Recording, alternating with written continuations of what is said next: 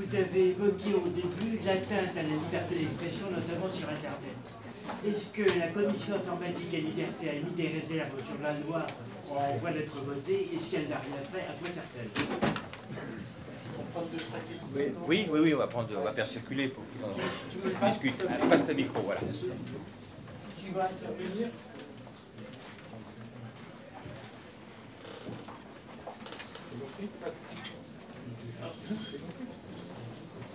Est-ce que vous pensez que, je dirais, on est dans un phénomène de répétition actuellement?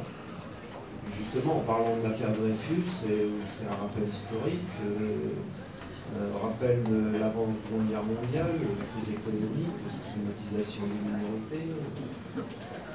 Et je partage, vous en avez plus ou moins parlé, ce point de vue, que cette stigmatisation a essentiellement fonction de masquer une réalité économique et une réalité d'accessibilité au pouvoir de la classe dominée, qu'elle soit musulmane, catholique, athée, etc.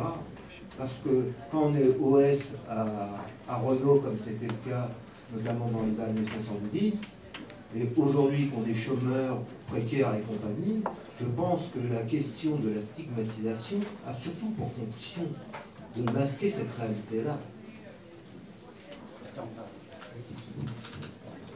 Est-ce que dans cette salle, il y a des interventions pour ne pas discriminer dans ça?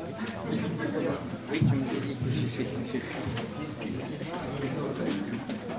J'ai demandé 2 minutes.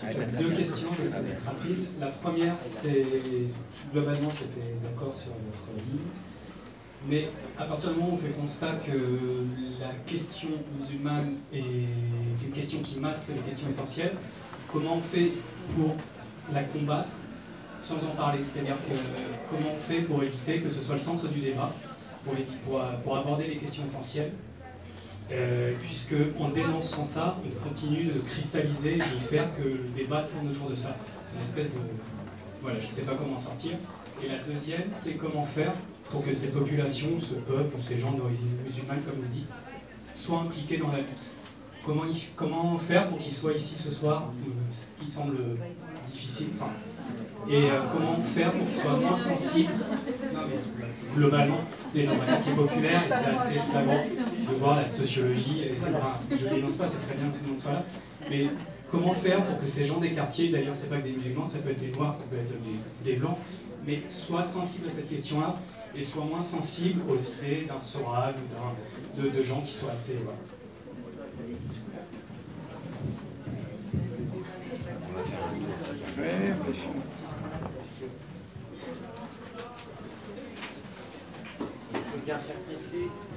Oui, moi je voudrais poser une question aussi.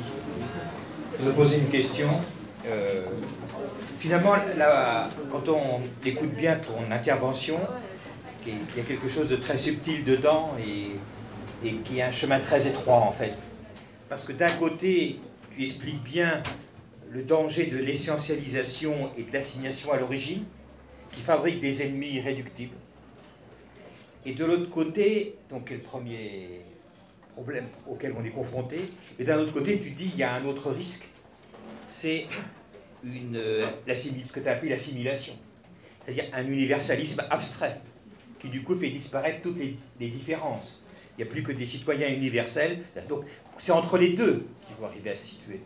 Alors, au moment de l'affaire Dreyfus, évidemment, quand Jaurès ou Péguy prennent position pour Dreyfus, c'est au nom d'une identité précise, tu l'as dit d'ailleurs, tu l'as rappelé, qui n'est pas tout à fait celle de Zola d'ailleurs, mais c'est au nom de la classe ouvrière. C'est parce que nous sommes du socialisme et de la classe ouvrière que le sort de Dreyfus nous intéresse et que nous défendons Dreyfus.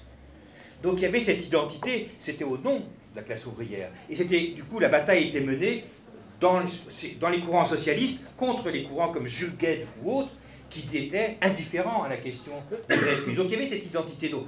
Il y a cette idée, en gros, ton livre d'ailleurs, je suis le seul à l'avoir lu sans doute, puisqu'il n'est pas encore en vente, vous pourrez l'acheter à la fin de la séance. Dans ton livre d'ailleurs, tu sens le besoin à la fin de dire toi-même tes appartenances, d'où tu viens. Oui, oui. C'est curieux, c'est le seul livre où tu nous racontes en détail, comme ça, voilà d'où je viens, voilà comment j'ai été fabriqué, voilà ce qu'est mon histoire, comment elle est passée par les Antilles, comment elle est passée par l'Algérie, enfin, comment j'ai mon histoire. D'une certaine manière, c'est que les musulmans sont en voie de nous dire mais vous venez d'où? Vous venez nous défendre, mais vous êtes qui, vous, pour nous défendre?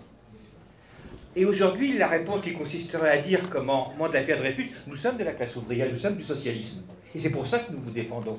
Et c'est pour ça que nous sommes à vos côtés. Cette réponse-là est devenue, s'est diluée, est devenue extrêmement... L'effondrement du socialisme, l'effondrement de la classe ouvrière, aussi comme référence, fait que, du coup, on aurait tendance à se réfugier sur les positions d'un Émile Zola, qui n'est pas tout à fait la même, qui au nom, avec lequel il faut faire alliance, avec lequel il faut se battre, qui est très honorable, au nom des unités, mais avec le risque d'être, en gros, pour reprendre cette question sous une autre manière, c'est ce que Péguy dit, le grand danger, l'ennemi de Péguy, c'est le monde moderne. Péguy n'arrête pas d'éructer contre le monde moderne. Parce que c'est quoi pour Péguy le monde moderne? On peut dire c'est le capitalisme, pour aller vite, mais en gros, pour Péguy, le monde moderne, c'est un monde où il n'y a plus d'appartenance, où on est de nulle part. Et comme on est de nulle part, on est partout chez soi. Qui est le gros dans ce qui est la question de l'assimilation. Les colonialistes, ils sont partout chez eux. Puisqu'ils sont de nulle part, ils sont partout chez eux. Donc ils peuvent aller partout pour expliquer. Et ça, évidemment, c'est une position qui est... Je comprends que Péguy disait non, nous sommes de quelque part. Et je sais que tu connais mieux Péguy que moi, mais dans le mystère de la charité de Jeanne d'Arc, il y a demandé ce dialogue absolument fabuleux où la représentante de l'Église, Madame Gervaise, qui n'a pas le beau rôle, dit « Moi qui suis de Saint-François ». Et Jeanne pousse une colère terrible qui va irriguer toute la pièce. Elle disait « Comment vous et moi je suis d'où alors? Je ne suis de rien, moi. Mais moi aussi, je suis de quelque part. Moi aussi. » Et Péguy dit, il y a trois âmes, il y a l'âme chrétienne, l'âme païenne, à l'époque, et l'âme juive. Mais moi, je suis de l'âme chrétienne. J'appartiens à cette âme-là. Donc je parle parce que j'ai une appartenance. Je suis de quelque part. Le problème, c'est ça notre problème. C'est que comment faire pour ne pas être des modernes? Comment ne pas être des assimilationnistes? Comment ne pas répondre à l'essentialisation et à l'assignation à résidence, à l'assignation à l'origine, par un universalisme abstrait, mais parler en disant nous pouvons parler de ça parce que nous aussi nous sommes de quelque part. Non, c'est... Je vais commencer par répondre à Philippe. Ma réponse, c'est que maintenant, justement, il faut dépasser Péguy. Les résonances et les échos peuvent fonctionner, mais à un moment, il faut cheminer au-delà. Ma réponse, qui n'est pas seulement dans ce livre, j'en parle dans le précédent, Dire non, j'en parle également dans un livre dont j'ai repris certaines des thématiques dont Dire non, qui s'appelle Notre France, qui est une conversation que j'ai faite avec deux bons amis, Elias Sambar, l'ambassadeur de la Palestine à l'UNESCO, et Farouk Mardambey, qui est l'un est d'origine palestinienne, et l'autre est d'origine syrienne, Farouk Mardambey, qui est l'éditeur de à peu près tout le domaine de la littérature arabe chez Actes Sud et Sinbad. Notre France, hein, avec trois personnes nous avons tous les trois la nationalité française. Et dans cette conversation, l'ironie de tout cela, c'est que le Syrien devenu français, le Palestinien devenu français, par moments, était peut-être plus français que moi. Et tout ça pour dire quoi? Pour dire que la réponse pour moi, c'est d'avoir dans le monde qui est le nôtre, qui est le monde de l'aboutissement d'un cycle de 5 siècles. J'ai fait un livre qui s'appelle La découverte du monde, sur l'histoire de comment démarre ce qu'on appelle notre globalisation d'aujourd'hui. C'est-à-dire cette invention de l'Occident par Colomb. Hein. Il tourne le dos à l'Orient, il nous désoriente, il nous fait oublier l'Orient, en croyant aller le chercher par l'Ouest, et du coup, il invente l'Occident. Et du coup, commence ce rapport à l'autre, pour le meilleur et pour le pire, avec ses découvertes, avec ses apports. Vous mangez des tomates, vous mangez du chocolat, vous mangez plein de choses, tout ça n'existait pas avant, et ainsi de suite. Je pourrais faire la liste longue. Et c'est le rapport à l'autre, c'est voilà, la découverte du sauvage, c'est le choc de Montaigne qui du coup dit, sous le choc de cette rencontre, il a comme intendant un type qui revient du Brésil, avec plein de petits objets de là-bas. Et c'est là où on est en pleine guerre de religion, il dit, mais qu'est-ce qui est le plus barbare? Manger de l'homme mort dans un rituel où on veut s'approprier la force de son ennemi qu'on a boucané, ou écarter de l'homme vif et l'étriper en place publique? Qu'est-ce qui est le plus barbare? Ce que nous faisons ou ce qu'ils font? Et le barbare, c'est toujours l'autre. C'est toujours ce qui n'est pas de sa coutume. Et je cite Montaigne au tout début de ce livre. Chaque homme porte en soi l'humaine condition. Tout homme porte l'humaine condition. Et donc, pourquoi je dis ça? Je dis que ce long cycle de 5 siècles, où au fond, cet Occident que nous avons inventé, a eu un rapport au monde, mais qui était un rapport inégal en sa faveur. Un rapport du fort au faible, qui pouvait le modifier, j'en suis comme d'autres issus, qui pouvait nous améliorer, nous modifier, nous changer, nous transformer, mais qui reste un rapport où nous étions le donneur d'ordre.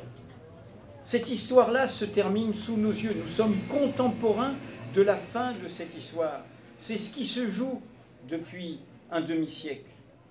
C'est ce nouveau rapport où nous devons inventer un rapport du faible au fort, de notre côté, d'une autre manière, un souci de la fragilité du monde, un souci de son tremblement, comme disait Glissant. Et donc il nous faut un autre imaginaire que notre imaginaire continental, qui allait avec le lieu d'identité, mais le lieu de puissance de la nation conquérante, au-dessus des autres. Et donc cet imaginaire nouveau, il nous faut le trouver en nous-mêmes.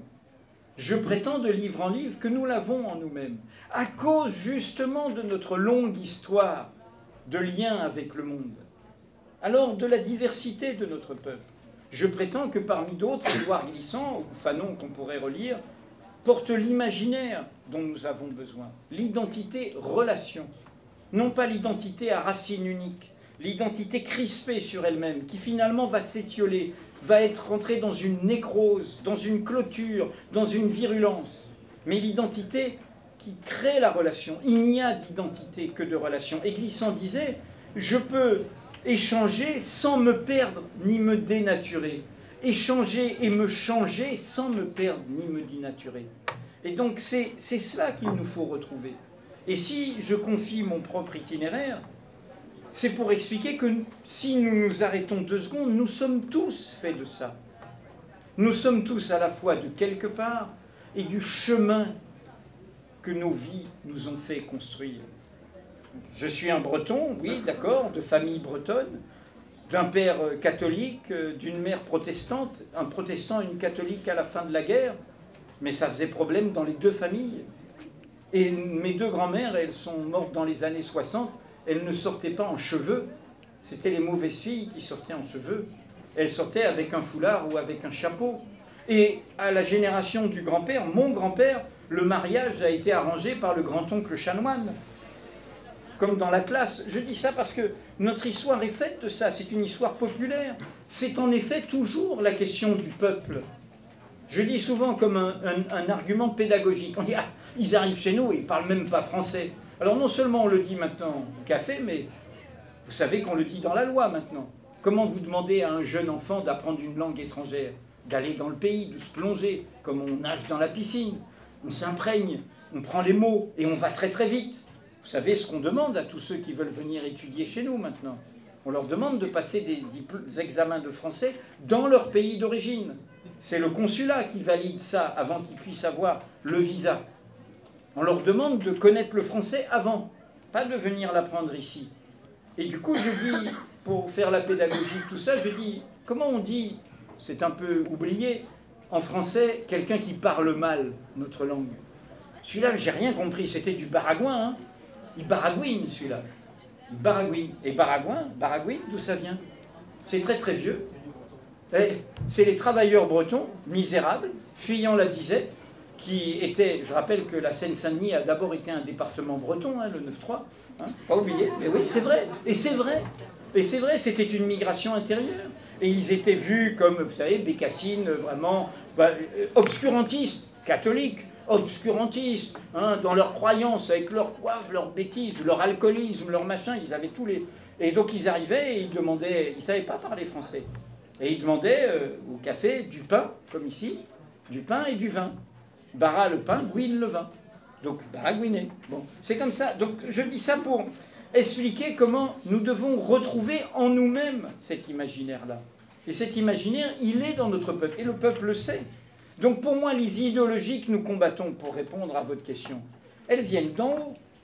Moi, je ne fais pas du tout la morale au, comment dire, au racisme stupide, au racisme de café du commerce, à la xénophobie ou à l'antisémitisme stupide qui existe aussi, bien sûr, dans les quartiers populaires.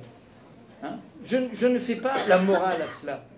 Parce que cela, ça se dépasse par des luttes sociales, par des luttes politiques, par des réalisations, par des réponses aux questions sociales, concrètes, d'éducation, etc.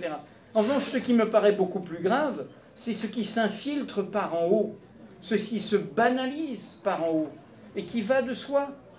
Et qui fait qu'un éditeur d'une maison aussi respectable que Gallimard, fabricant de prix Goncourt, Richard Millet, peut écrire des essais explicitement islamophobes, qui fait que Michel Houellebecq, par ailleurs qu'on peut considérer, que certains peuvent considérer comme un romancier très novateur, Michel Houellebecq a tenu lui aussi des propos ordinairement de discrimination et vis-à-vis de nos compatriotes musulmans, les stupides.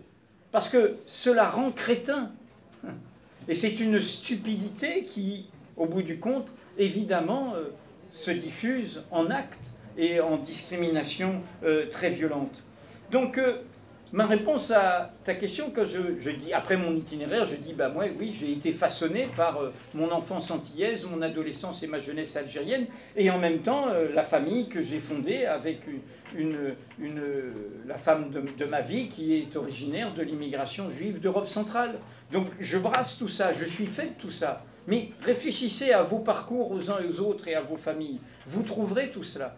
Et il y a un mot pour nous faire réfléchir à tout cela en français, qui est très spécial en français. C'est le mot « personne ». Il y a personne, il y a une personne. Il y a personne, il y a une personne. Et c'est très intéressant parce que quand on traduit la ruse d'Ulysse face au cyclope, compliqué parce que comment il échappe le cyclope, il dit « comment tu t'appelles ?»« Personne ». Et du coup le cyclope ne le trouve pas, il n'y a personne. Mais personne, c'est une personne. Personne, personne. Nous sommes ça. Nous sommes à la fois ces identités multiples et en même temps pas réductibles à une identité. C'est une nécrose de l'identité, celle qui va nous replier sur une seule identité.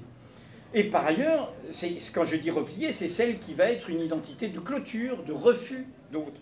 Et donc, c'est vraiment, vraiment cela le point que je veux faire, c'est-à-dire, ce n'est pas une question de morale, c'est pas une question, moi je ne dénonce pas, qu'on ne se méprenne pas, je ne dénonce pas une question musulmane.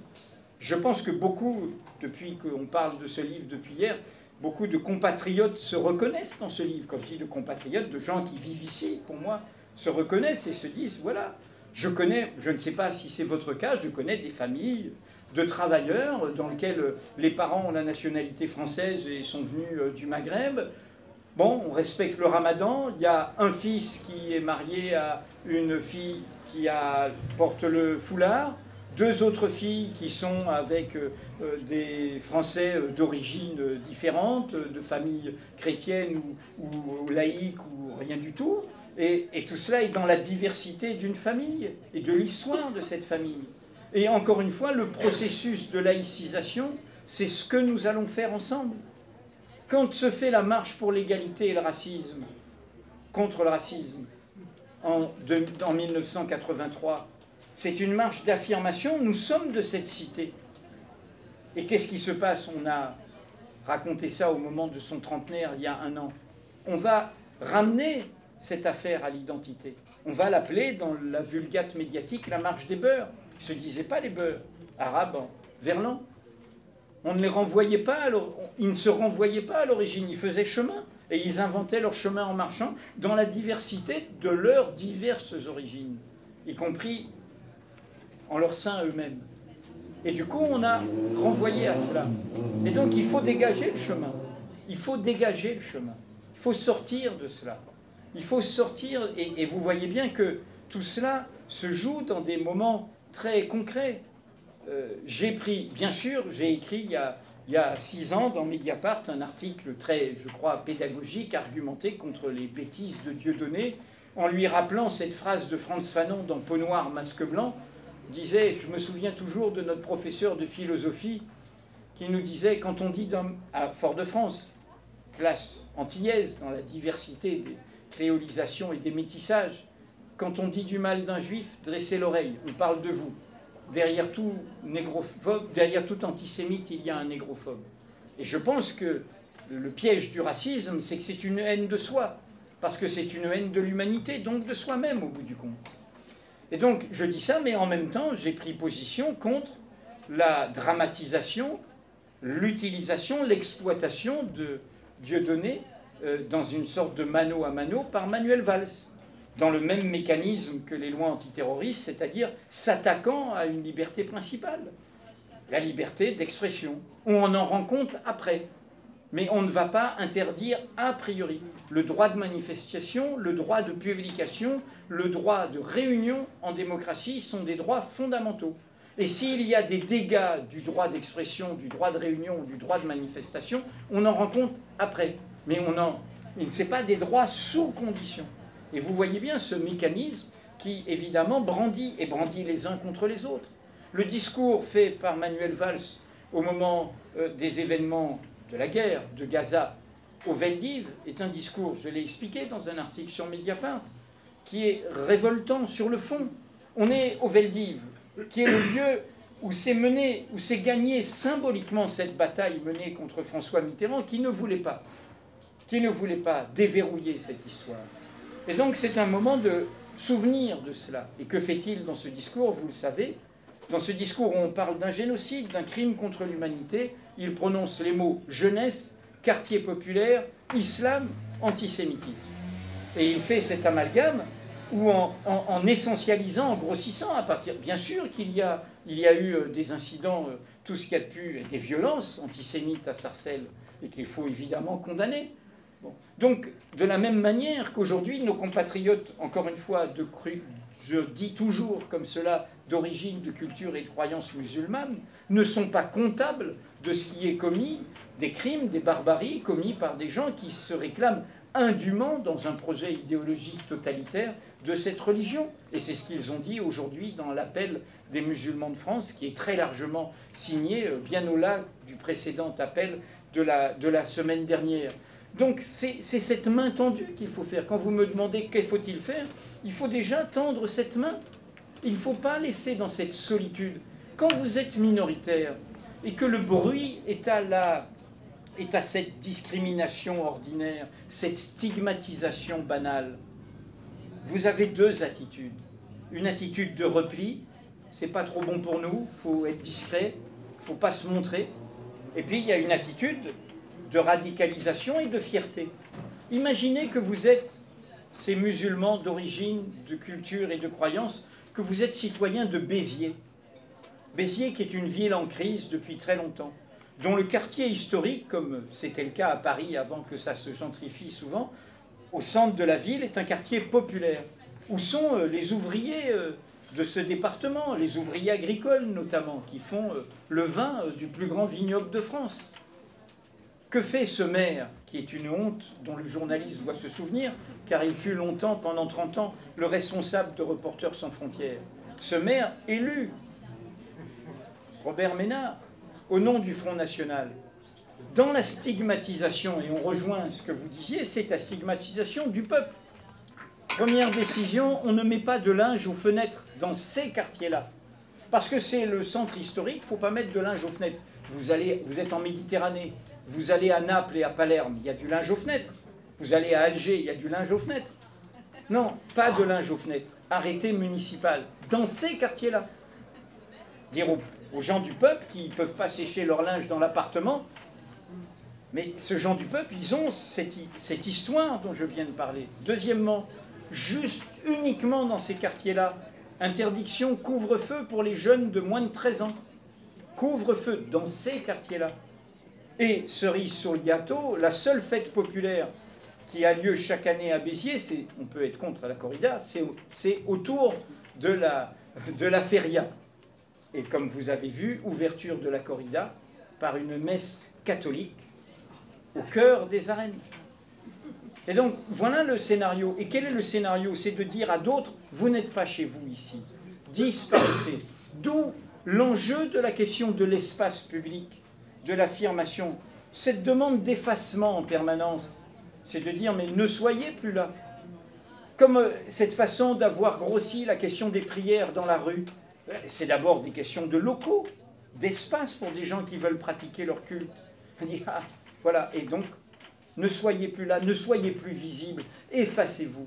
Et donc, pour répondre vraiment à ta question, je pense qu'il nous faut une nouvelle imaginaire politique, qui est celui de ces identités-relations, et qui considère, pour aller au bout du point que tu as posé, qui considère que justement, on retrouvera la question sociale par ce levier démocratique de l'égalité. Et pour moi, il n'y a pas aujourd'hui de raccourci qui nous permettrait de dire que ceux qui se réclament des intérêts ouvriers sont par définition porteurs de l'ensemble de ces questions.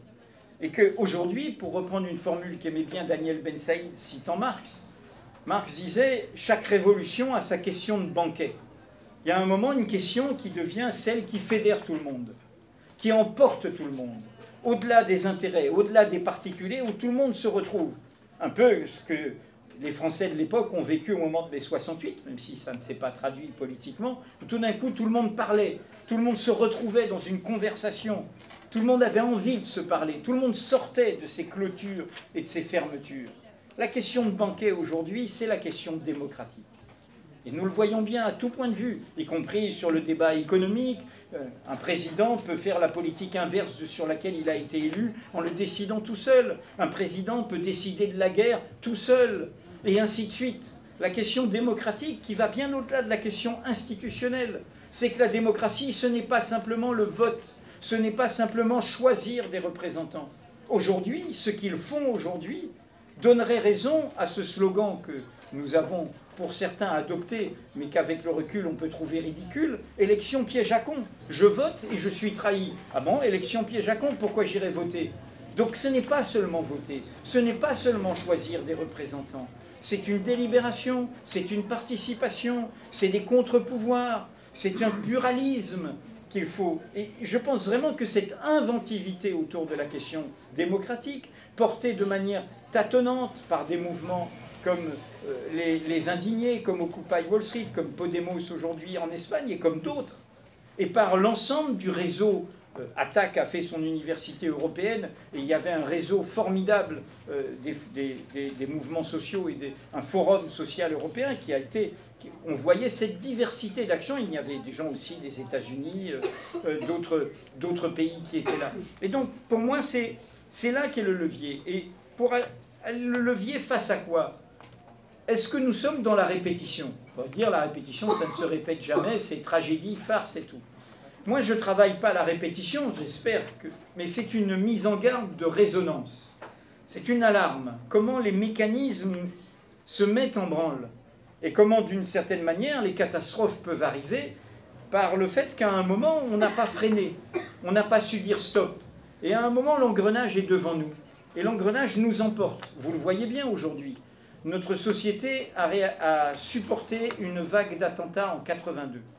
Elle a supporté une vague d'attentats dans des lieux publics, toujours, en 95. Elle a supporté une vague d'attentats en Grande-Bretagne, dans le métro, en Espagne, dans les gares. Que se passerait-il aujourd'hui dans une société ouverte, avec les dirigeants que nous avons, avec la logique de guerre des civilisations qui est la leur, de choc des mondes? Que se passerait-il comme type de pédagogie politique de ces dirigeants en cas d'un attentat possible, monstrueux, aujourd'hui? Eh bien, ce serait un engrenage terrible. Au lieu d'avoir une société qui tient bon, qui dit « bah oui, le massacre de Madrid, la société a tenu bon, hein, c'était la gare centrale de Madrid, le métro de New York, la société a tenu bon », Et nous avons tenu bon en 82 et en 95. 82, c'était la rue des Rosiers et d'autres. 95, c'était Saint-Michel. Et puis il y a eu aussi la rue de Rennes. Nous avons tenu bon. La société a tenu bon. C'est là où je dis qu'il y a une pédagogie d'en haut qui s'affole. C'est eux qui s'affolent. C'est eux qui ont peur. C'est eux qui en rajoutent. Et ça a un nom, ça s'appelle la politique de la peur. Ayez peur et je m'occupe du reste. Je vous fous le bourdon, je suis anxiogène. Je vais de discours en discours depuis 3 mois à vous parler des guerres, à vous parler de 1914, à louper Jaurès à cette occasion et à ne pas bien en parler. Et à au fond créer ce climat anxiogène. Et à vous dire, aujourd'hui, ça a été le discours de Manuel Valls, votez pour moi parce qu'il y a la terreur, parce qu'il y a les mouches. J'ai besoin de votre confiance parce qu'il y a des mouches. Vous voyez bien que c'est une instrumentalisation et que c'est terrible. La politique de la peur est une politique terrible car elle crée, si on lui laisse un espace, elle finit par créer ce qu'elle veut chercher comme ennemi. Elle est dans une prophétie autoréalisatrice. Et c'est bien ça le soi-disant État islamique. Ce sont des monstres que les échecs de cette politique ont créés, que ces interventions ont créé, que cette prétention, rappelez-vous Césaire, à dire à la place des autres ce qui est bon pour eux, et y compris en envahissant leur pays, dans une ignorance totale. Quand je dis que ça rend crétin, il suffit d'ouvrir un livre pour savoir que l'Irak est un pays charnière, qui est le seul pays arabe dont la majorité de la population est chiite et dont le régime que l'on va renverser s'appuyait sur la minorité sunnite. Et que, en détruisant tout, ce qui tenait cette société, même sous une dictature, on ouvrait la voie à une guerre des religions au cœur de l'islam, qui était attendue par certains, puisque vous savez que l'intolérance à l'égard des chiites, dans la péninsule arabique notamment, est profonde. Et donc, tout cela, c'est une politique de gribouille face à laquelle nous devons, nous, je pense, le peuple, c'est-à-dire le plus grand nombre, retrouver des liens qui nous permettent de refuser cela. Et je pense que c'est la question démocratique. La CNIL n'est pas la plus concernée par le numérique, elle est sur la question informatique et liberté. En revanche, toutes les instances concernées par le numérique, le Conseil national du numérique, la commission à l'Assemblée nationale sur le droit et les libertés du numérique, qui est une commission société civile parlementaire à laquelle je participe, l'ensemble, nous avons pris position contre cette loi, contre les dispositions de cette loi, mais la majorité, y compris avec l'insistance de l'opposition actuelle, de la droite, a durci profondément ces dispositions qui sont des dispositions qui donnent en clair des moyens sous prétexte de terrorisme excessifs, hors de tout contrôle judiciaire en clair, à des moyens de police. Et donc la bataille devra se continuer sur le terrain de la jurisprudence, des décisions de justice. Je propose qu'on arrête là, puisqu'il est 8h30, ça fait 1h30 que... Non, mais je ne veux pas frustrer. Est-ce qu'éventuellement il y a d'autres questions? Oui. Alors on fait une autre tournée, allez-y. Un peu long. Néanmoins... Non, mais non, pas... Je vais profiter de... Attendez. Il y a quelqu'un d'autre avant. Ah ben non, ça fait discuter là-bas derrière. Oui, mais pas un peu longue. On est les 8h30, il faut être court maintenant. Quand même très rapide, très brièvement, que le mouvement ouvrier porte une lourde responsabilité dans ce que Elie Kennel relève aujourd'hui. À savoir que le problème de la colonisation, quand on parle par exemple de l'Algérie, dès les années 20, par exemple, Trotsky rappelait aux camarades des cellules algériennes qu'il faudrait quand même recruter parmi les Algériens.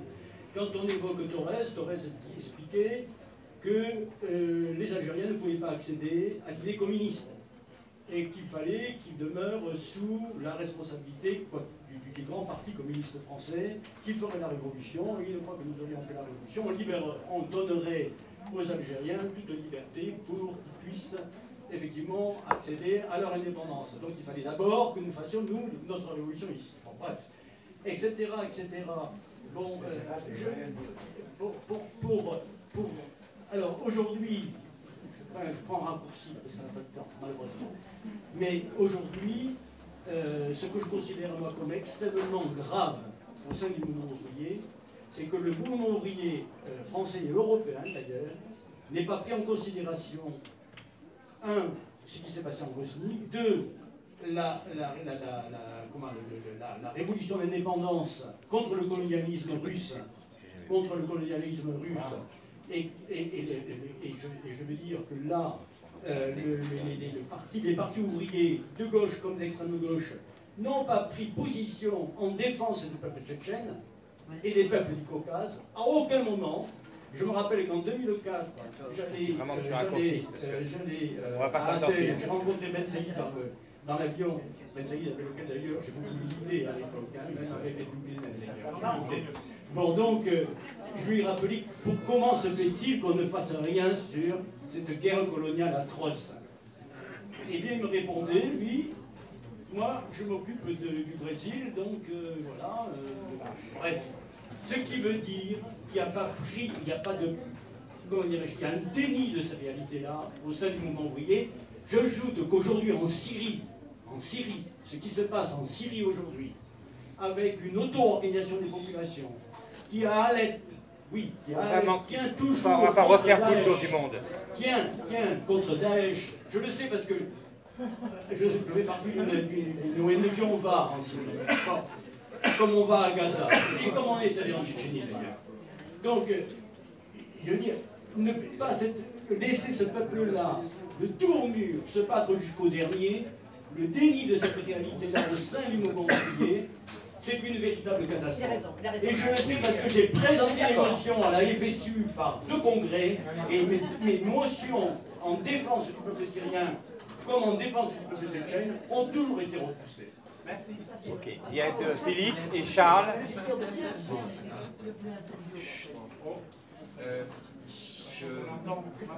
Je suis d'accord avec beaucoup de choses de ce que tu as dit, même d'accord avec tout à peu près. On t'entend pas. Je suis d'accord à peu près avec tout ce que tu as dit sur... Sauf un petit problème, c'est de quelle... Je veux dire, la question de quelle place. Mais la place, je m'en fous à la limite. C'est-à-dire pour quelle alternative. Aujourd'hui, on peut dire en prenant la posture de Hugo en défense de ceux qu'on fout aux pieds, hein, et montrer les choses et le mal qu'ils vous font, c'est vous qui le leur faites.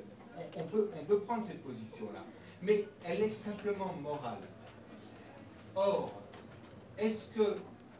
quelle est l'alternative qu'on peut proposer? Parce que tout à l'heure, quand Philippe Vignard a posé le problème, on parle au niveau de la classe ouvrière, donc on vous propose une alternative politique. Or, moi j'ai un peu l'impression que du coup, ta position, elle est sur le plan moral, sur le plan éthique, très très forte, mais elle reflète aussi ta condition sociale de journaliste avec très peu de moyens d'agir et de peser sur la situation. C'est-à-dire, comment ça se retournerait cette situation?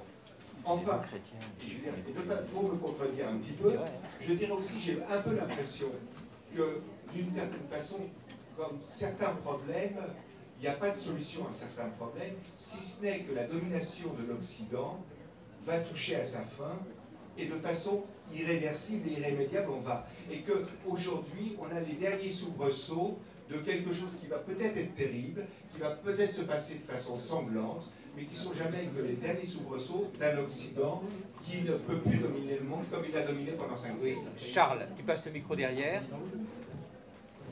Puis après, on arrête.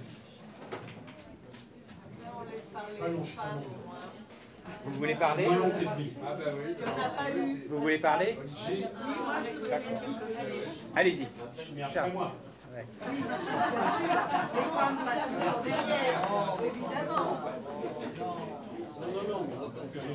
C'est une autre Je suis tout à fait d'accord avec toi et avec ce que tu veux transmettre, tu le sais bien. Et donc, je ne veux pas recommencer à dire ce que tu dis mieux que moi sur un certain nombre de choses. Assieds-toi, s'il te plaît. Mais je trouve qu'il y a un angle mort dans ta façon de traiter le problème. Alors, je voudrais résumer très rapidement, et je ne suis pas sûr qu'on ne soit pas d'accord, mais je ne comprends pas pourquoi tu ne prends pas ce problème-là. Alors, tu résumes tes 3 problèmes, et dans ton première question de fond, l'égalité. Absolument. Absolument. Mais l'égalité, comme tu le dis, et tu ne l'argumentes pas comme ça, l'égalité, c'est une égalité aussi sociale, fondamentalement guerrière. Je ne dis pas que tu es en désaccord avec ça. Mais ça veut dire que, comme disait Marguerite Duras, il y a une seule valeur de la gauche dont je veux me réclamer, c'est la lutte de classe. Le journaliste à ce moment-là lui disait, qu'est-ce que vous avez dit? Elle a dit, c'est la lutte de classe. Ça veut dire que si on prend le problème comme ça, pas seulement comme ça, mais si on le prend quand même aussi comme ça, il y a d'autres choses qui descendent. Tu n'as pas dit que, enfin, je reprends ton raisonnement, une seconde, il y a un effet repoussoir dans tout ça. Toutes les trahisons, pour aller vite, de la gauche et du PS, elles donnent des gens qui sont dépités et elles donnent 25% pour le Front National aujourd'hui. Comme en 40. Et enfin, bon. Deuxièmement, dans une crise économique, je fais référence aux années 30, la radicalisation dans les années 30, elle faisait que les minorités de l'époque, les juifs aux États-Unis ou en Europe, ils étaient massivement dans le mouvement ouvrier. Massivement. Les compatriotes musulmans, ils ont été, et ils sont encore massivement dans la classe ouvrière, ils ont été massivement dans le mouvement ouvrier au moment de la guerre d'Algérie, mais la physionomie politique de tout ça commence à changer sérieusement. Sérieusement. Et il y a une bataille politique, alors il ne faut pas la mener avec des arguments paternalistes, mais il faut quand même en parler une seconde. Il y a une bataille politique qui se fait pour l'hégémonie sur les musulmans du monde entier par des gens qui ont une idéologie, des méthodes, des pratiques et des objectifs fascistes, au sens propre du terme. Détruire la singularité, puisque tu parlais de ça, détruire la singularité des chiites quand ils sont sunnites et vice-versa. Ou détruire l'existence de syndicats dans des pays où il y en a et où il y en avait beaucoup, comme en Irak. Donc je ne suis pas en train de te reprocher quoi que ce soit par rapport à ça, et tu le sais bien, mais je trouve que de ton approche, pour la caricaturer, je ne fais que la caricaturer, elle dit que le racisme de tous les jours, finalement, bon, ça c'est pas le problème essentiel, mais le racisme qui descend d'en haut de Finkielkraut et des autres, c'est le problème crucial. Je ne suis pas tout à fait d'accord avec ça. Pas tout à fait d'accord avec ça. L'autre a beaucoup plus a des conséquences, celui-là en a des normes, mais l'autre en a aussi. Il en a aussi parce qu'il est le résultat de tout ce mécanisme de rejet que tu décris et d'assignation. Donc je ne sais pas si tu pourras dire un mot là-dessus, mais en tout cas moi je vais le dire. Donc allez-y. Oui.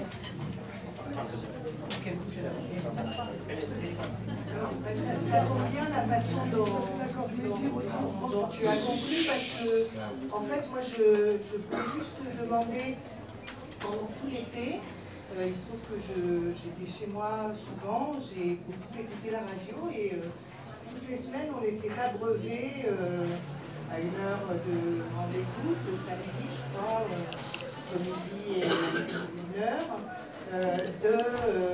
d'une espèce d'émission que moi je pourrais qualifier de, je sais pas, c'était l'islam pour les nuls, ou enfin bon, où un espèce de philosophe était censé nous expliquer alors voilà comment l'islam doit se comporter, voilà comment, mais alors attention, et on déversait tout un tas de préceptes moraux sous couvert, donc avec la légitimité du philosophe qui allait nous expliquer comment les choses se passaient. J'interroge les gens, est-ce que... Moi j'ai été extrêmement choquée, je rejoins, enfin peut-être que bon, vous ça a été autre chose, mais moi ça a été vraiment aussi... J'aurais aimé qu'au moment de la manif pour tous, par exemple, on nous explique, aussi on fasse venir un philosophe pour nous expliquer le catholicisme intégriste pour les nuls, voilà, et des choses de cette sorte. Et je crois que oui, c'est le rôle des médias, le rôle du bruit, et de ce discours qui se légitime, oui, il est dangereux et il est peut-être plus dangereux. Et quant aux débats qui ont lieu dans les classes populaires, je ne suis pas sûre que nous en percevions toutes les subtilités. Je pense qu'il existe et qu'il est très riche. Il suffirait peut-être de l'entendre mieux. Excusez-moi, je vais revenir peut-être à une question qui va vous sembler vraiment très basique. Mais enfin, voilà. Alors, vous avez dit, la première question, c'est la question de l'égalité. Hein, et vous avez dit sans distinction d'origine. Moi, j'ajouterais sans distinction de sexe. Oui, bien sûr. Ce qui me semble très important. Et le deuxième point, c'est dans votre question religieuse, vous avez dit ce qui m'importe, c'est ce qu'on fait ensemble et pas ce qu'on fait différemment. Ce qu'on pense, ce qu'on croit différemment. Ce qu'on croit différemment. J'ai noté exactement, mais bon, c'est pas grave. En fait, moi je trouve que c'est très facile de dire, bon, vous mangez du porc, vous en mangez pas, d'accord, ça va. Vous portez un voile, vous en mangez pas, d'accord, ça va. Mais jusqu'où aller? Non, mais ça fait rire, mais jusqu'où aller, hein? Moi, je m'oppose à toutes les religions parce que dans toutes les religions, les femmes sont inférieures, quelles qu'elles soient. On porte un voile, c'est pas pour une question uniquement vestimentaire. Excusez-moi, après je répondrai. Mais bon, dans un groupe de sorcières, j'ai tort. Mais enfin, il y a quand même pas mal de gens qui pensent comme moi. Je vous donnerai le micro. Donc, par exemple, hein, vous dites, toutes les cultures, je les accepte. Moi aussi, je suis pour le changement. J'ai travaillé sur les questions multiculturelles. Ce sont des questions que je me suis posées. Jusqu'où aller, jusqu'où accepter? Est-ce qu'on accepte l'excision, par exemple? Vous voyez, ça, ce sont des questions fondamentales. Jusqu'où on va? Bon, c'est pas... Je suis tout à fait d'accord avec ce que vous dites sur beaucoup de points. Mais je trouve que votre titre est vraiment provocateur parce que vous parlez des minorités plus que des musulmans. Voilà. Oui, il y a une intervention là. Attendez, je vous passe le micro après. Alors, juste un mot. Il y a un micro après la dame. D'accord, je ne sais plus qui a dit que les journalistes, que Louis Plenel parlait à partir d'une position difficile, parce qu'il était journaliste, et que les journalistes n'avaient pas beaucoup de pouvoir. Je crois que les journalistes ont beaucoup de pouvoir.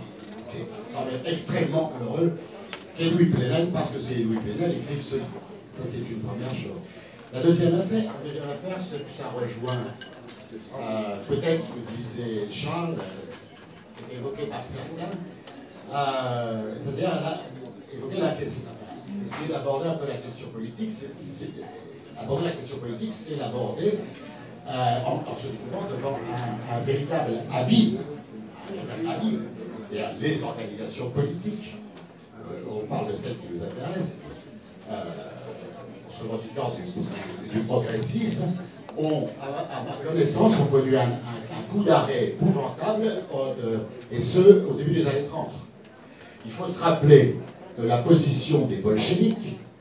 Je dis ça parce que tu parlais de s'approcher des autres. La position des bolcheviks dans les républiques d'Orient, c'était non pas de construire des écoles laïques, c'était de rentrer dans les madrasas. C'était de rentrer dans les madrasas et là, d'essayer de saisir tous les éléments qui pouvaient concourir à un dessein communiste. Bien.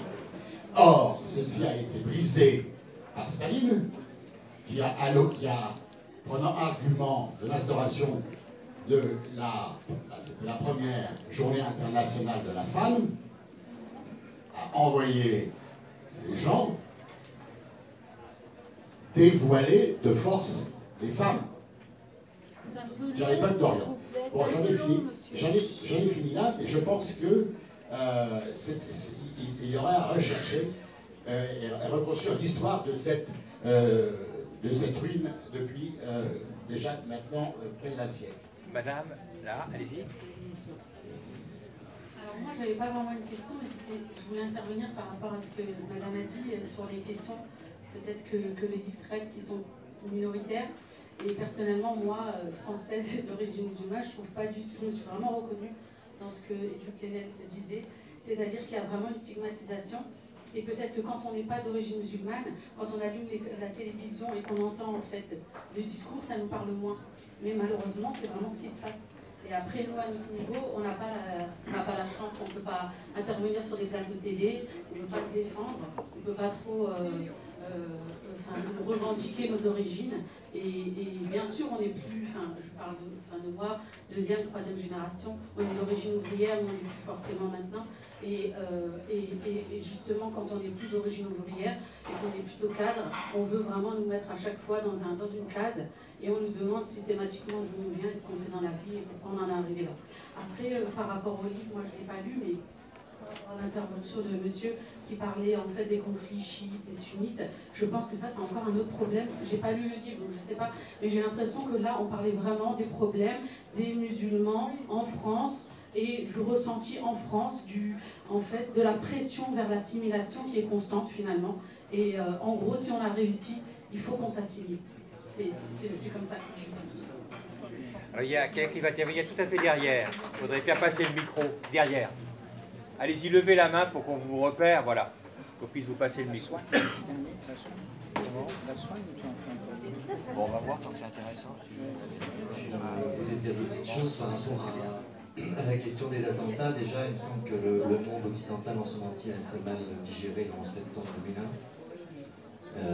Qu'il y a eu quand même vraiment un gros après. Donc, je pense que toutes les vagues d'attentats dont vous avez parlé, il manquait celle-ci qui était quand même capitale et qui a marqué un vrai tournant et la fin du mythe de la fin de l'histoire. L'autre chose sur laquelle je voulais revenir, c'était sur la question de l'imaginaire, parce que ça me paraît quelque chose d'extrêmement important. Je pense qu'on est effectivement dans un monde qui manque d'imaginaire politique. J'entends beaucoup de références au trotskisme, Staline, etc. Je m'étonne beaucoup aujourd'hui que le philosophe français le plus vendu dans le monde vivant soit Alain Badiou, qui est quand même pour moi un ancien... c'est pas vrai. C'est l'affaire des Khmers rouges. C'est pas vrai, c'est 79, Le Monde, il faut relire ce genre de choses. Je m'étonne beaucoup effectivement que les traditions entières de la culture ouvrière, vous avez parlé fort justement des Jocs, je ne suis pas chrétien, mais je pense par exemple que tout récemment, un des héros, parce que moi j'appelle ça un héros de notre temps, qui est un prêtre ouvrier de Saint-Étienne, a caché, voilà, vient dans son église 80 personnes et se retrouve en procès. Et je pense qu'effectivement on construit aussi la lutte quand on parle d'imaginaire, et vous avez tout à fait raison de le dire, sur les différences. C'est précisément la différence, le sentiment de cette différence de ce prêtre qui fait qu'effectivement il est capable de faire un peu ce qu'a dit Charles. Oui, mais voilà, oui. On va maintenant arrêter. Il n'y a pas d'autre intervention, vous me passez le micro. Faites remonter le micro, voilà. Et donc on va demander à Edoui de conclure. Voilà. C'est maintenant que Philippe me dit qu'il faut que tu sois très rapide alors que vous avez posé des questions. Bon, je vais essayer en fil télégraphique. Bon, je débat devant vous, je présente devant vous un livre qui n'est pas encore en vente. Donc, il est en vente à la sortie. Non, mais que vous n'avez... Il est en vente, vous avez ce privilège, mais, exceptionnellement. Donc, ce que je veux dire par là, c'est que je vous demande d'avoir la gentillesse de ne pas juger le livre uniquement sur le résumé. Je ne me suis pas content. Bon, voilà, la proposition orale que je vous ai faite. D'autant plus que ce livre paraît quelques mois après un autre livre, Dire non. Et d'une certaine manière, même si ce n'est pas le même angle, ils sont dans la même philosophie politique, pourrait-on dire. Ce sont un peu des manifestes politiques. Et beaucoup des questions qui débordaient la question précise abordée pour les musulmans sont aussi présentes dans Dire non. De la même manière que je pourrais faire un fil en disant que mon premier livre est paru en 84, ça fait donc 30 ans, et il s'intitulait L'effet Le Pen. C'était après le premier grand succès électoral du Front National, en 2,5 millions de voix aux européennes de 84. Le mur de Berlin existait toujours, l'Union soviétique existait toujours. La Grèce était membre de l'Union européenne, mais pas l'Espagne et le Portugal. Enfin, je pourrais multiplier les exemples pour vous dire combien c'était vous rappeler plutôt combien, même si d'autres événements européens ont relié l'ascension de l'extrême droite en France à d'autres phénomènes, il y a bien une histoire française dans cette histoire, dans cette question, dans cette butte témoin que montre l'extrême droite, et qui, c'était déjà la thèse de l'effet Le Pen. Et pour moi, mon obsession n'est pas l'extrême droite, n'est pas de faire la morale à ceux qui votent pour l'extrême droite. Mon obsession, c'est les politiques menées par la droite ou par la gauche qui produisent l'extrême droite. L'extrémisation de la droite ou la droitisation de la gauche, voire le fait que les politiques de l'une et de l'autre soient semblables au point de désespérer le peuple. Donc tout ça pour dire que voilà, ce livre s'inscrit dans une démarche que l'on peut retrouver. Ce livre s'intitule « Pour les musulmans » et c'est écrit, je le précise à certaines interpellations, compris à un moment, je crois que je cite ce passage sur mon blog sur Mediapart hier, dans l'espoir que dans d'autres pays où des chrétiens sont minoritaires écrivent un pour les chrétiens, que dans des pays à majorité sunnite, on écrive un pour les chiites et inversement un pour les sunnites, ou un pour les animistes, ou un pour toute autre minorité. Le problème, c'est que moi, je vis ici, j'habite ici, je travaille ici. Et donc, je ne parle pas au nom d'une complexité du monde qui devrait nous voiler, au fond, les enjeux auxquels nous ne répondons pas ici. La deuxième allusion qui est faite explicitement à la résonance avec l'époque, elle est que ce que nous avons en face de nous, que je ne prendrai pas le raccourci d'un fascisme vert ou islamique que tu as employé, et nous sommes face à une contre-révolution. Des peuples se sont mis en branle en 2011 à partir de la Tunisie, et il faut absolument protéger le laboratoire tunisien qui est autrement précautionneux, autrement fragile et autrement inventif dans une alliance entre une partie de la gauche laïque et le parti Ennahda issu des mouvements de l'islam politique. Des révolutions, des peuples se sont levés de manière inédite, sans aucun comité central, bureau politique, et en imposant leur agenda. C'était les mêmes mots que nous. Ils demandaient la justice, le droit, la liberté, le respect. Et cela a fait une tâche, une traînée de poudre qui, du Yémen à la Syrie, en passant par l'Égypte et par l'ensemble des pays. Depuis, comme tout phénomène révolutionnaire continental, l'ensemble d'une révolution, et notre continent a vécu cela, après ça se passe avec des progrès, des régrès selon les situations locales, selon les contextes nationaux, car le contexte du Yémen n'est pas le même que celui de la Tunisie ou l'Algérie, que celui d'un autre pays. Les ampleurs des pays et les liens des pays avec d'autres ne sont pas les mêmes, et avec des progrès et des régrets, et dans lesquels jouent aussi nos attitudes et la façon dont nous réagissons. Et quand je dis que c'est une contre-révolution, c'est une contre-révolution qui essaye de tuer. Quelqu'un a parlé de la révolution syrienne, qui au début est une révolution pacifique, qui a une grande force de démonstration, comme la révolution libyenne, et dans laquelle l'intervention occidentale, outrepassant le mandat des Nations Unies, ce qui humiliera la Russie qui a voté cette résolution et qui du coup ne voudra encore moins entendre quoi que ce soit sur la Syrie, eh bien comme vous le savez, a détruit et a mis de la violence là où il y avait un mouvement pacifique et a créé la destruction totale actuellement de l'État libyen, qui fait de la Libye non seulement un pays qui a projeté sur le Mali, et du coup ça amène la France à se retrouver en guerre au Mali, c'était très riche la Libye grâce au pétrole, faible population, énorme dépôt d'armement, et ainsi de suite. Donc ce sont toute cette interdépendance face, encore une fois, à des forces qui veulent soumettre cette dynamique des peuples. Car ces peuples pensent comme nous, ils ont les mêmes, au départ, les mêmes sensibilités que nous. N'oubliez jamais ça et rappelez-vous la démonstration qui a été faite sur la révolution iranienne. Oui, la révolution iranienne, et la médaille Field vous l'a prouvé, elle a la nationalité iranienne et non pas irano-américaine en mathématiques.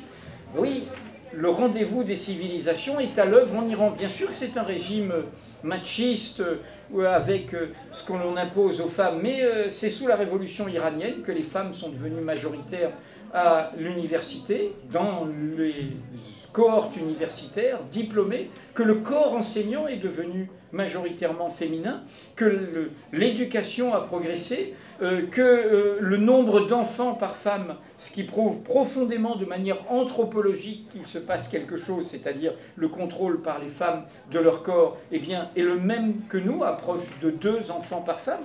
Donc ce sont derrière ces phénomènes et des idéologies apparentes, il y a autre chose qui se passe, qui est l'évolution profonde de ces sociétés. Vous avez une illustration de ça.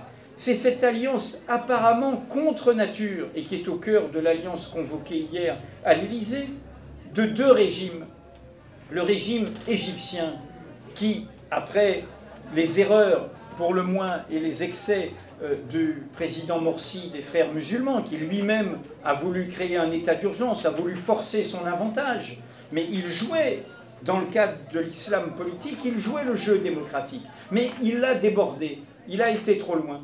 Du coup, il a donné la main, la société s'est révoltée, ça a donné la main à qui? Ceux qui ont soutenu les mouvements contre ce que faisait Morsi quand les frères musulmans étaient au pouvoir, sans mordre les doigts aujourd'hui. Ben, il a donné la main à un coup d'État militaire qui a criminalisé une force qui jouait la démocratie. La base des frères musulmans, issue de cet islam politique qui a son histoire, comme il y a dans d'autres cultures des mouvements politiques qui se sont liés à la religion dominante. Eh bien, qu'est-ce qu'on leur dit aujourd'hui? On dit, vous êtes des criminels, on vous condamne à mort, vos dirigeants. Que va dire la base? Et notamment la base, car c'était la base essentielle dans le sud de l'Égypte, la base la plus populaire, va dire, ah, vous nous aviez dit de jouer les élections, vous avez vu ce qui se passe? Bon, ben d'accord, ben on va faire autrement, hein. On ne va plus jouer comme ça. Alors vous avez ce régime militaire laïciste, issu de ce laïcisme dictatorial qui était le propre du mouvement nationaliste arabe, qui a profondément abîmé ces sociétés, notamment en Irak et en Syrie. Et d'un côté, une alliance avec qui? Quel est le deuxième bailleur de fonds du régime égyptien aujourd'hui, après les États-Unis? L'Arabie saoudite. Une monarchie religieuse. Le wahhabisme dont nous parlons, le salafisme dont nous parlons, et qui donne au bout du compte ce prétendu État islamique, il vient des madrasas, d'où? D'Arabie saoudite. Il vient du cœur de ce pays qui est une monarchie qui, non pas est de droit divin, mais qui est gardienne des lieux de droit divin. Quel est selon Amnesty International, en mettant de côté la Chine, secret d'État et scandale évidemment, le nombre d'exécutions capitales en 2013 dans le monde, 80% des exécutions capitales dans le monde en 2013, c'est Arabie Saoudite, Irak et Iran. Donc, Iran n'était pas convoqué hier, mais nos alliés contre... Bon, donc ce que je veux dire par là, c'est que vous avez bien que les peuples qui se sont levés en 2011, ils ont dit non, on sort du piège. Et c'était la meilleure nouvelle pour nous. Le piège, c'était soit la dictature laïque, qui est la barrière contre l'islamisme radical, soit la monarchie religieuse. Mais dans tous les cas, le déni des droits du peuple. Et donc, il y a ça aussi derrière ce qui se joue là. Et c'est aussi cela que les néoconservateurs ne veulent pas voir. Eux, ils veulent revenir à ces 2 pôles. Et ils jouent sur ces 2 pôles. Et ils jouent sur ces 2 pôles dans le refus de la justice pour tous. Car quand même, de quoi a-t-on débattu cet été encore? Du fait que pour des peuples qui ont la même langue, qui ont une sorte d'unité culturelle derrière les identités nationales diverses et tout, il y a cette question comme un abcès, comme ce mot qu'a employé Edgar Morin, on lui a reproché de cancer, qui est la question palestinienne. Et ce déni de justice objectif fait, et avec des régimes qui évidemment exploitent cette purulence, cette attente, l'utilisent. Et donc tout cela, nous sommes au cœur de cette question où, en simplifiant, en disant « Regardez, c'est effroyable, ils égorgent, ils jouent dans le... Hein, c'est une propagande qui joue sur nos fantasmes, qui joue les égorgeurs. Je vous rappelle, pendant la guerre d'Algérie, le FLN, dans la propagande militariste et d'extrême droite, c'était les égorgeurs. Je vous le rappelle, ne jamais oublier ça. Donc ils jouent, ils savent très bien ce qu'ils font. Et ils savent très bien ce qu'ils font pour rentrer dans cette logique de passion qui va nous rendre, encore une fois, stupides. Ne pas faire de politique concrète, précise sur les situations. Donc, Ce que je veux dire, moi, c'est que on m'a dit l'alternative tout à l'heure. Je pense qu'il faut quand même être un peu humble et ne pas se gorger de mots avec le mouvement ouvrier, les tenants de l'alternative. Aujourd'hui, la réalité, c'est que les forces qui se réclament du progrès, pourrait-on dire, de l'émancipation, ont beaucoup de mal, même pas à recruter dans le peuple, mais à parler au peuple dans son ensemble, à se tourner vers lui, à sortir d'une conversation d'entre-soi, à y aller et à reconstruire par en bas, hein, par une façon de tendre la main. Et pour moi, derrière ce pour les musulmans, c'est cette question-là, cette question du peuple, parce qu'il s'agit d'une grande composante de notre peuple le plus ouvrier. Je ne vais pas dire lequel, mais peut-être vous le reconnaîtrez. Pendant la campagne présidentielle, je vois un candidat à la présidence de la République en tête-à-tête, et je lui dis « Ah, c'est bien, vous parlez des ouvriers, et tu vas, il se trouve que je le tutoie depuis 30 ans, tu vas dans les usines. C'est bien, tu découvres les usines, redécouvres les usines. » Il dit « Ah ouais, mais alors, tu as vu, je suis très surpris, hein, la diversité, la diversité d'apparence, de couleur, de... » Je lui dis, ben oui, c'est ça, tu ouvres les yeux dans le métro, tu vois les gens qui travaillent, tu vois nos villes, tu vois les gens qui construisent, encore une fois, les routes, les immeubles. Tu sais bien, la France est une Amérique de l'Europe, elle s'est toujours faite, et c'est l'émigration de notre histoire la plus récente. Il dit, oui, mais toi tu peux comprendre, parce que tu as grandi dans ces pays-là, mais moi, tu sais, quand j'étais à l'école, il y avait des petits blancs dans ma classe. C'est notre classe politique, ça, qui ne voit pas le peuple tel qu'il est, tel qu'il vit, et qui ne parle pas du peuple tel qu'il est et tel qu'il vit. Ne croyez pas que ce sont des questions abstraites ou de morale, comme ça a été dit, et je vais revenir sur cette question. Le journaliste qui est en Belgique, car la diversité, et il faut apprendre des petits pays, qui ont leurs problèmes avec les Flamands, avec des gouvernements qui tombent, enfin les Flamands, le nationalisme flamand parfois, de droite et tout.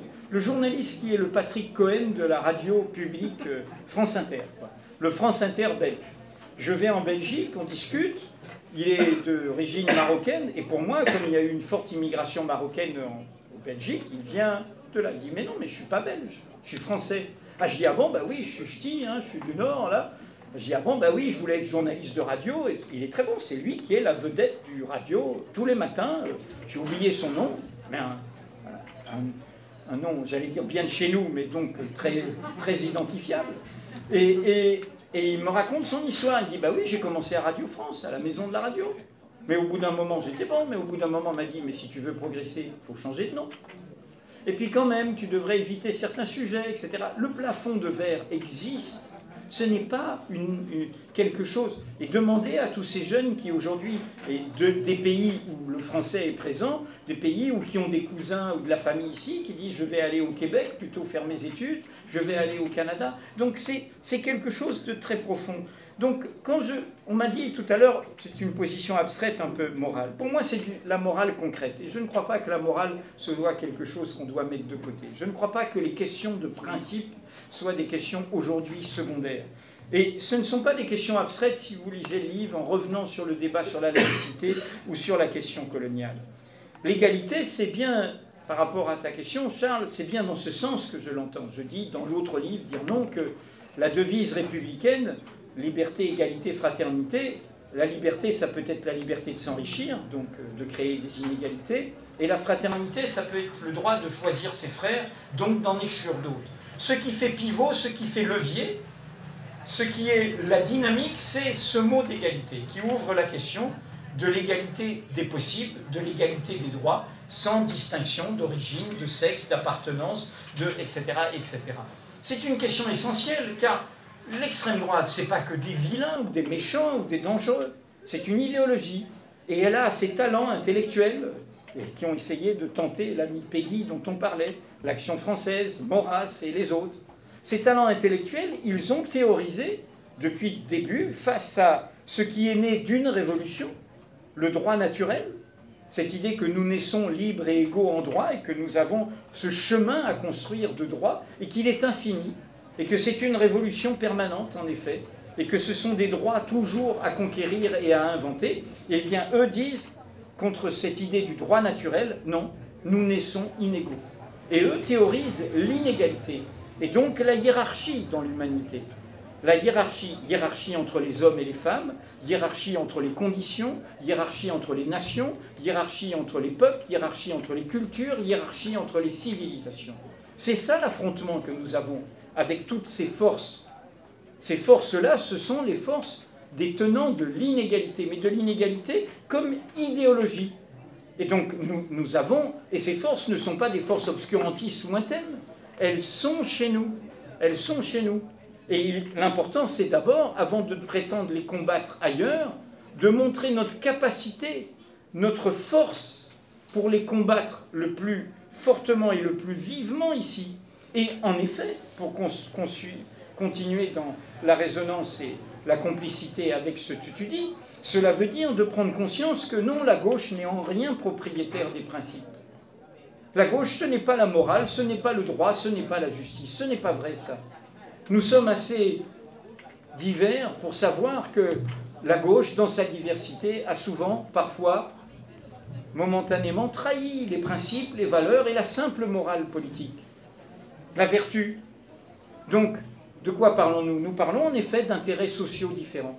S'il y a une gauche, c'est parce qu'elle doit être au rendez-vous des intérêts sociaux différents. C'est comme ça qu'est née cette expression.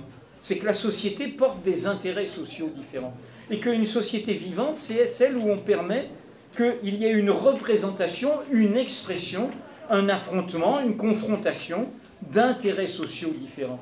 C'est pour ça que le crime, pire qu'un crime, une faute, commis ces dernières semaines dans la séquence qui va jusqu'aux applaudissements du MEDEF, est terrible. Est terrible.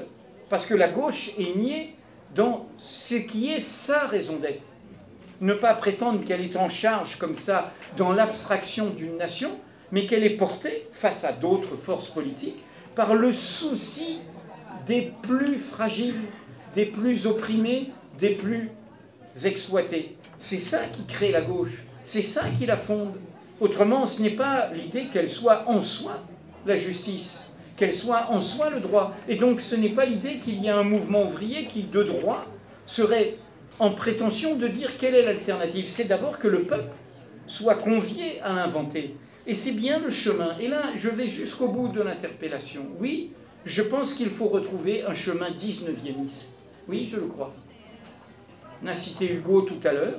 Je crois qu'il y a un cycle qui a été celui d'un mouvement ouvrier qui est né dans la foulée de la deuxième révolution industrielle, de l'affrontement du capital et du travail que provoque toute révolution industrielle, donc celle de la fin du 19e et du début du 20e, qui ressemble beaucoup à la nôtre dans l'ampleur des inégalités créées, hein, c'est ce que montre Thomas Piketty, et qui a été donc le moment des impérialismes, de leur brutalité, de leur projection sur le monde, et de leur retour, ici même, en Europe, dans la brutalisation de l'Europe elle-même.